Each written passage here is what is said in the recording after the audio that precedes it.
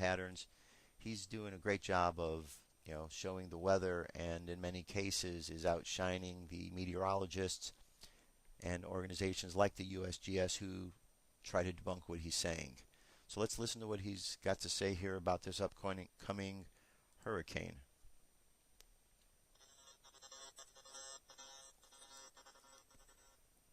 Hey everybody, Dutch Sense here.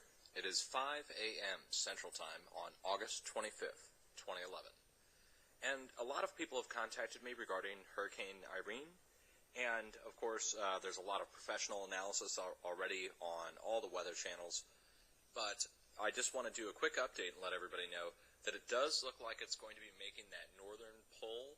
It's definitely going to go to the east side of Florida and may even go as far north as Georgia or South Carolina, maybe even as far north as North Carolina. So right up here in this area, I mean, when you look at the way it's starting to head, it looks like it's starting to make this turn. Now, this giant low pressure system is bringing this arm down, and that's going to interact with the system and kind of push it a little bit.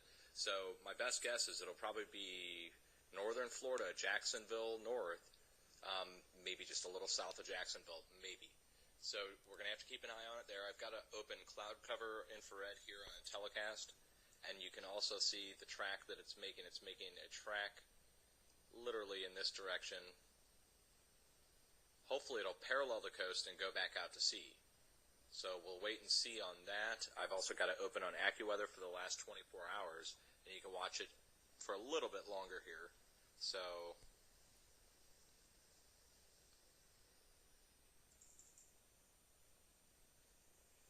there you go, watch it in fast motion there.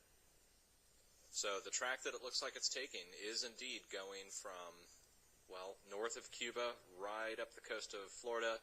Here's Jacksonville, and then you've got the coastline here of South Carolina. So it's been several years since a hurricane has actually made a landfall anywhere in here, and we're going to have to keep an eye on it for sure over the next couple days. The outer bands look like they're already going to be hitting Florida here, so you'll probably start to see a lot of gray cloud cover off to the east, and some, well, I bet the sunrise will be very intense if anyone down here can get it. So hang in there, folks. Much love. All right, so there you go. That's pretty good report, and that'll keep you up to date, and we'll see what they say on the weather reports over the course of the day. Now, we got a few more things we want to address. All right, we've been talking about Elenin, and more Elenin. Well, what's going on with Elenin? I found some information I'm going to direct you to that I think you might find quite helpful. There is a lot of mud in the water out there. What's going on? We're not really going to know for sure, I guess, until when these events actually take place. First thing I'm going to direct you to, well, let's see here. We've got a video here, and it says Comet Elenin, a false flag event staged by NASA to cover up HARP. Now, this is a 25-minute video. I'm not going to play this video now, but I've got it linked up to our page. It's from Brutal Truth Media Maui. Let me play a little bit here at the beginning just so you can kind of get a gist of what's going on. Shifts going on. God knows, fire falling from the sky. All right, here we go.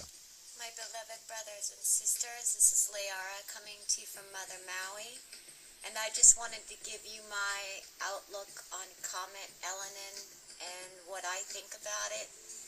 I know a lot of you are probably preparing yourself for some sort of a possible collision, cataclysmic activity, tectonic shifts going on, God knows, fire falling from the sky. The reason that I'm bringing this up is because I just got this article not that long ago sent to me from a friend about a letter that NASA sent to the White House telling them to basically prepare for cataclysmic activity of some sort. This is the letter. Breaking. Comet Elenin White House letter addresses United States must prepare for comet collision. You know, something to me smells a little fishy. Because for starters, if NASA says that this comet is headed at, towards the Earth. For starters, NASA is also the same people behind these fraudulent cloud charts, or these fraudulent contrail charts that are really full of chemical trails that they're passing over and trying to brainwash us as just natural water vapor out of the back of, jets. All right, so we're going to move from there. You can watch that yourself. But what we want to look at, we're going to go look at this article she pulled up here. Breaking comet Elenin, White House must prepare for comet collision. Now, it's quite detailed here, in which they talk about the need for preparation and stuff's going to go on. But there are some real questions, because NASA really hasn't been the most honest about everything. Here's another article from them. It says clouds caused by aircraft exhaust may warm the U.S. climate. Now, strange. Now we've got climate warming because of airplanes. NASA scientists have found that cirrus clouds formed by contrails from aircraft exhaust engines are capable of increasing average surface temperatures enough to amount for the warming trend in the United States that occurred between 1975 and 1994. The result shows the increased cirrus coverage attributable to air traffic could account for nearly all the warming observed over the United States for nearly 20 years. All right. Do you believe that? Do you believe that airplanes flying in the sky have been the cause of this global warming situation that has taken place? Take a moment, think about it. Feel free to use your mind. Feel free to really think this one through. And then after you do, you'll realize it doesn't quite make a lot of sense. Does it? No. It doesn't make a lot of sense. You see, there's been a lot more than just contrails coming off of these planes. When we look up, we see quite a good deal of chemtrails. And that's one of the things that she was pointing out, and that you saw in this video, were these images later of these apparent chemtrails that are in the sky, right? But NASA's website is attributing and calling these contrails, that these are natural conditions that are caused from airplanes when they are flying. And that's not true. They're lying to you. You can tell this yourself. Just go out on any given day when you see these big thick clouds in the sky, these big thick lines. Go out and look at them and just watch. Sooner or later you're going to see an airplane fly by, and then make a comparison for yourself. Look at the smoke or the trail that comes off of back of an airplane, and then watch how quickly it dissipates in comparison to the other lines that are still up there. You'll find that the trails that come off an airplane will dissipate pretty quickly, and the ones that are not from an airplane, that are these chemtrails that are being sprayed upon the population of the world, well, they linger, and they spread out, and they fan out. And they're very evident when you look at them. They're not normal. They're not coming off of a plane. So, being that NASA is pushing this agenda, it brings up the thought, well, are they really being honest about Elenin, of what's going on? Is there really the problem? Or, as this viewer here suggests, is this a cover-up for HAARP? Well, we've talked about that, and I kind of think that that might have some reality to it. Based on what has gone on in the planet and the different alignments that have taken place, we hear that, well, when Elenin is coming in and it's aligned in a particular way with the Sun or the other planets and Venus and Mars, that it causes a particular magnetic pull upon our planet. And at these particular angles, that's why we're feeling these effects. Maybe. Or maybe somebody is saying that, putting that information out there, and then at the time when you've been told that there could be something going on, and the HAARP machine is turned on, that you would not know the difference, because you've been told that this is from a planet out there, a planet which you do not have the ability to get to, a planet which you're not able to go see because it is so far out there, yet you're just supposed to believe from NASA, a company who has never lied. You're supposed to believe what they're telling you. But just think back to the moon landings. They faked the pictures. They've been doctored. That means they've lied to you. They haven't told the public they've doctored their pictures because they want you to believe they're real. So how, after what we're told is one of the greatest, achievements of the Americans, how after that big lie can you believe anything else they say? Regardless of if they went to the moon or not, that's a whole nother story. But the pictures are faked. And they've never come out and said the pictures are faked. They never came out and said, you know what, our picture's coming back. We went through the radiation field and they got radiated and they're no good anymore. They didn't say that. They let on that these are real pictures. Therefore, if they are real pictures, we are to believe that and we've shown they're fakes, then we know they're lying. If they lied then, what's to say that they might not be lying now? So I think we need to pay attention. I don't think the situation is quite what we are being told. Here's a video out here in a website. It's called YOUUSA.com. Excuse me, YOWUSA.com. And there is a video here. It's 40 minutes long called Comet Elenin Forecast for September through January 2012. And I'll just give you a little synopsis. It says, is Comet Elenin the feared blue star Kachina of Hopi prophecy, Planet X, a dwarf sun, or an alien mothership? To date, approximately 1.5 million web pages are devoted to these concerns, and many with fearsome interest.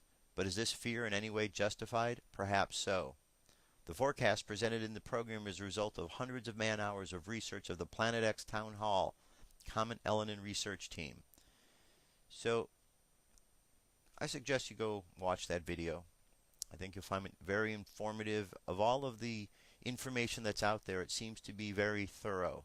I've watched a lot of things, a lot of videos, a lot of information about this. It is pretty thorough on what it talks about. It presents a lot of different possibilities, from the possibilities of we might just have a great opportunity to see a great flyby, to the possibilities of something a bit more catastrophic. None of these instances result, though, in the Earth being destroyed.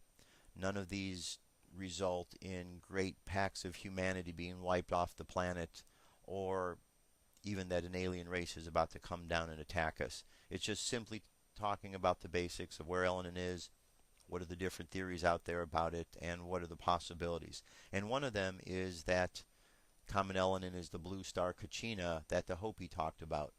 He gets more into it in the video, so you get a bit more detail.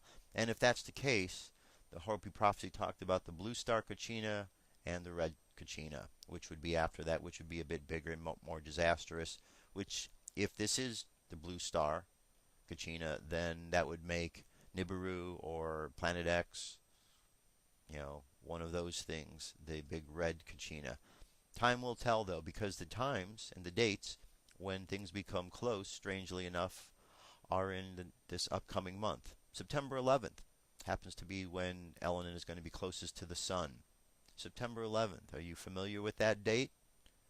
How interesting that the solar system has aligned itself to work in accordance with the calendar system down here on Earth. How interesting indeed that it would happen on that particular day.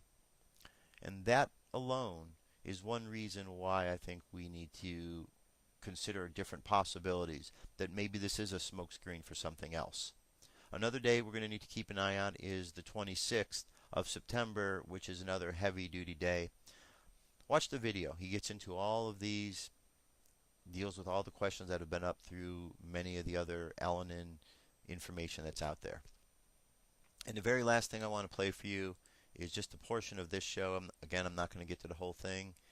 Let me do part of it. It's called Brace for Impact, and this one definitely has some good information I want you to hear. Check this out.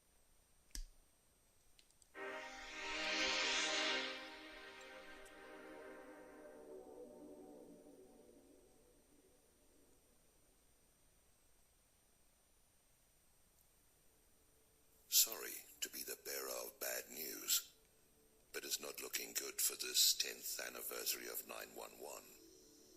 All the indicators are there to tell us they need a massive distraction and excuse to take this idiotic war on terror to horrific new levels and even more Orwellian internal controls and crackdowns.